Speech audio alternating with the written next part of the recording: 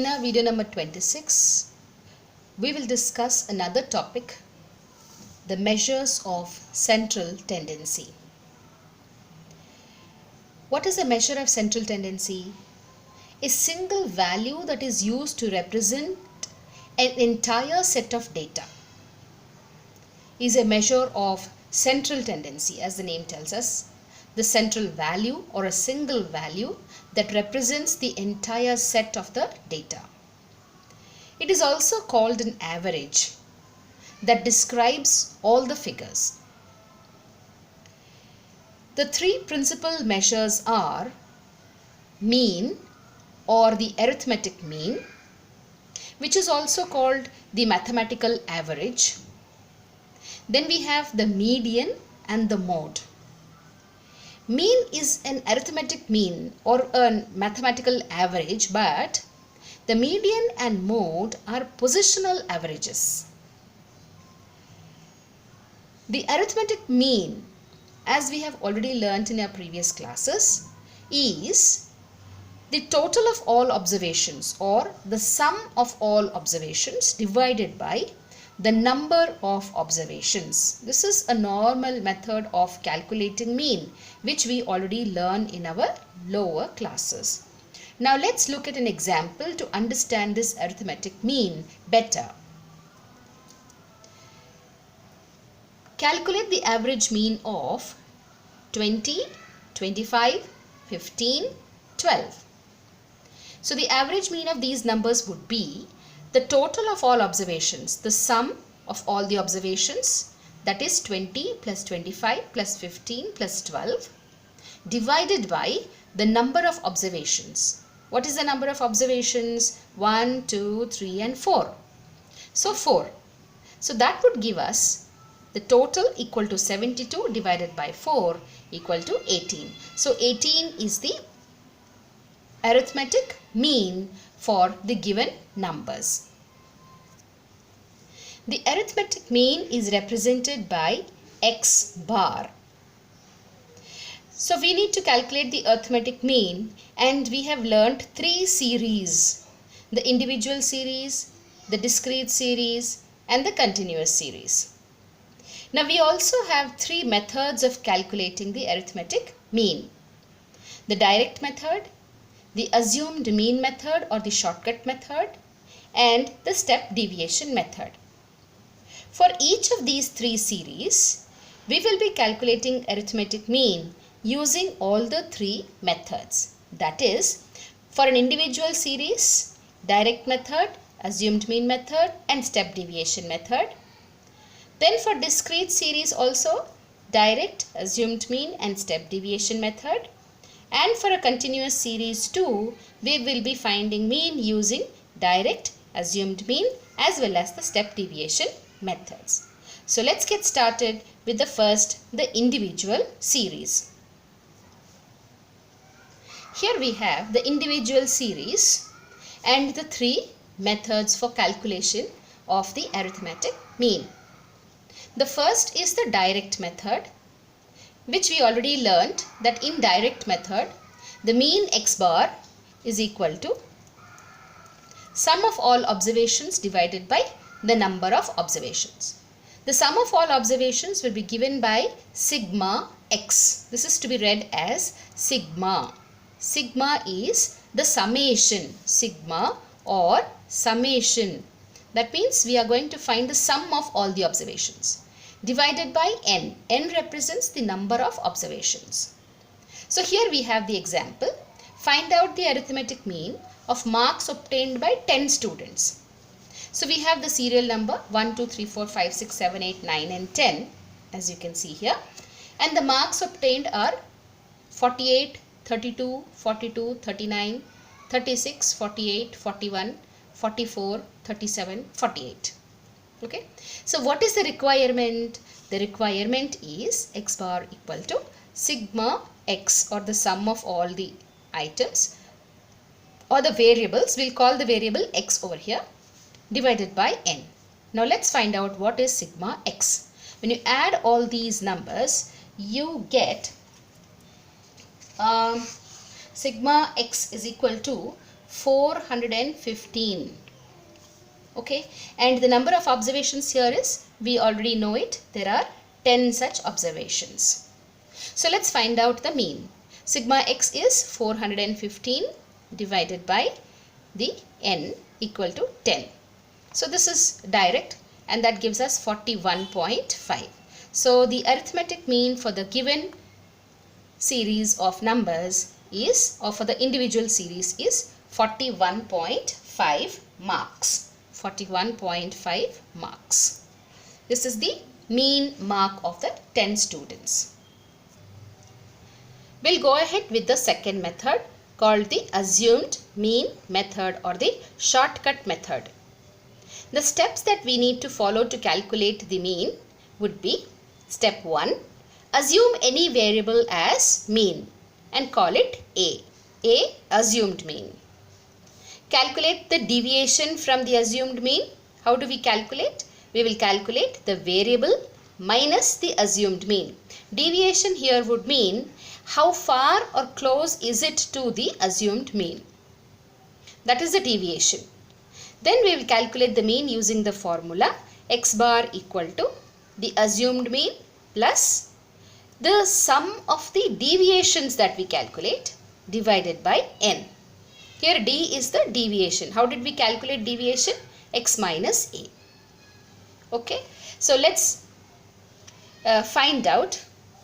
We know I am using the same data that we used for the direct method. Same marks and the number of students. So here we know n is equal to 10. And the sum of the marks also we calculated as 415.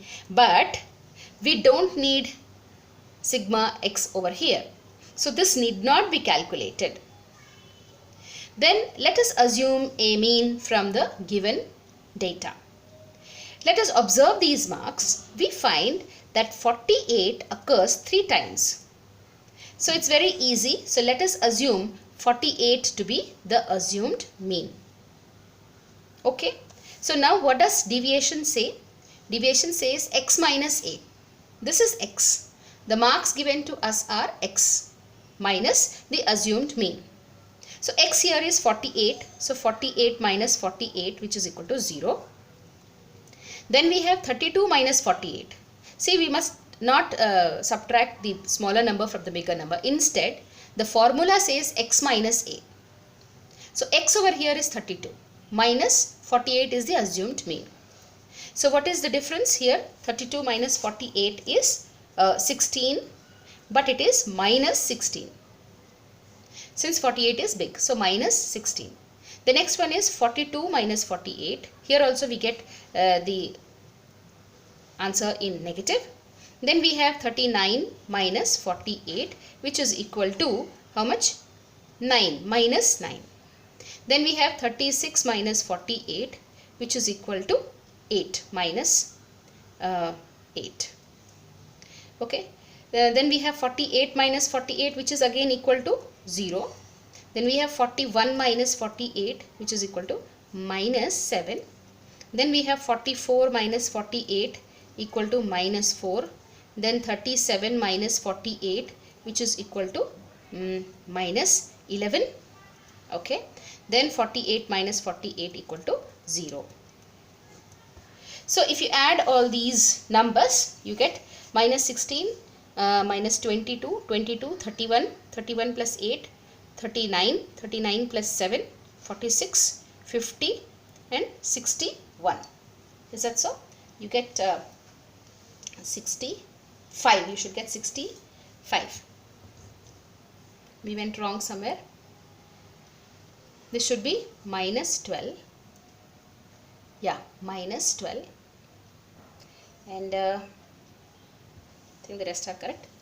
So the sigma d would be equal to minus 65. Okay.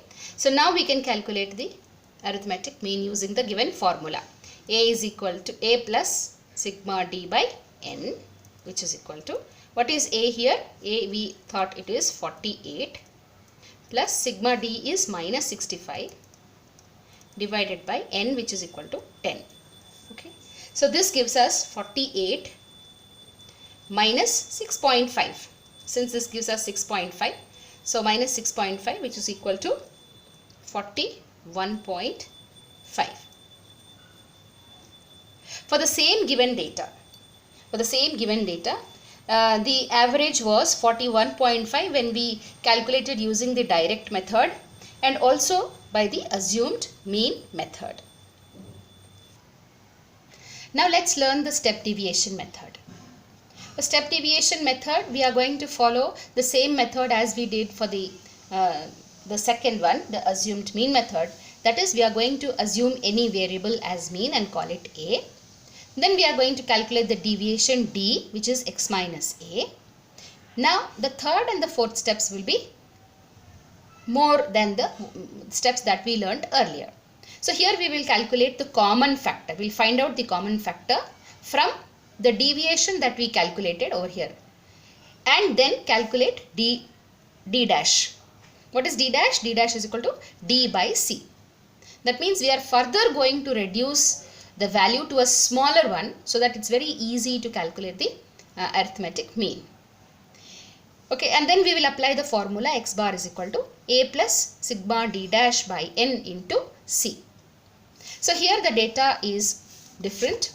I've taken some numbers which will be very convenient for us to calculate the arithmetic mean. So here we have 1, 2, 3, 4, 5, 6, 7, 8, 9, 10. So N will be equal to 10. That is what we know. And now since we do not need delta x or sigma x, we need not calculate this, but rather we will go to the next step and search for the assumed mean. What shall we take the assumed mean as? When we have the numbers 85, 60, 50, 75, 55, 40, 55, 70, 45, 65. Achha, when you arrange these numbers in the increasing or the decreasing orders, we generally learn that we will take the middlemost number as the assumed mean. But since these are not arranged in the increasing or the decreasing order, it will be very convenient for us to take that number which gets repeated. So let's take 55 as the assumed mean. And now we will calculate D. D is deviation, which is equal to x minus A. X is 85. So 85 minus 55, which will give us 30. Since 85 is larger, we will get a positive number. Then we have 60 minus 55, which is equal to 15. Then 50 minus 55. Now here 50 is smaller, so you get a negative number. Then 75 minus 55, which is equal to 20, a positive number. Here we get a 0. Then 40 minus 55 is equal to 15. It's going to be negative number. Then 55 minus 55 again is 0. Then 70 minus 55 will give us 15. Then 45 minus 55 will give us 10. Minus 10 because 45 is smaller. Then we have 65 minus 55, which is equal to plus 10. Okay. Now we need sigma D dash. So here also we need not calculate anything. Okay. Now the next one would be to find out a common factor. Let us say C is equal to, since these are multiples of 5, we can take C as 5. If C is equal to 5, then D dash will be equal to, what did we learn D dash as? D divided by C. So this is D and we are going to divide this by 5. So 30 divided by 5 equal to 6. 15 divided by 5 is 3. Minus 5 divided by 5 is minus 1. 20 divided by 5 is 4. This is 0. Minus 15 becomes minus 3. 0. 15 becomes 3. 10 becomes minus 10 becomes minus 2 and 10 becomes 2. So did you see that when you calculate this D dash, the numbers further reduce. So it becomes very easy for us to sum it up. Okay. So we will eliminate the positive and the negative numbers. So we can say minus 2, plus 3, minus 3 and so on. And so we get what we should be getting.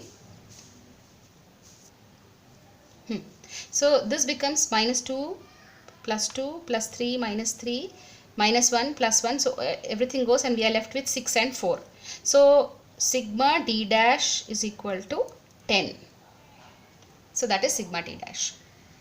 Now we will calculate the mean. Mean is equal to A. What is A here? We'll write down what all we found out. A is equal to 55.